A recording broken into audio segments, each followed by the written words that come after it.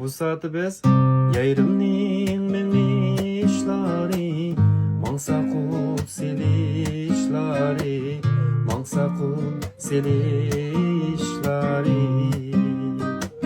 Başlangıç 10 qol pasaqana çalımız eng inchikala tügünümüz. 0 seviyeden başlap gitar çeşi ügündiğanlar жаңызы ултырыптан ügünəlayğan ünidar tor dərsxana tüzüp qoydum.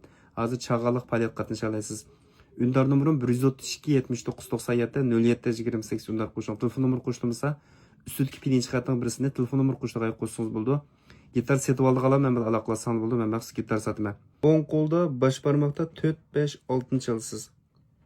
Qolgan barmoqda ko'rsatkich barmoq 4-tarni, o'tir barmoq 3-tarni, namsiz barmoq 2-tarni, chimchilik barmoqda 1-tarni. Boshqa vaqtimizda shu o'tir siqlam kirdi. Kirgan yerinizga tortisiz.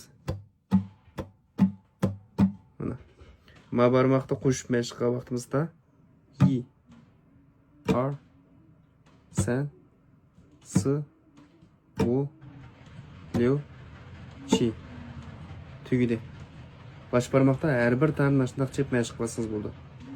U san R, Y, san R, Y, S, san R, Y, san R, Y, U, san R, Y, san R, Y, U, san R, Y.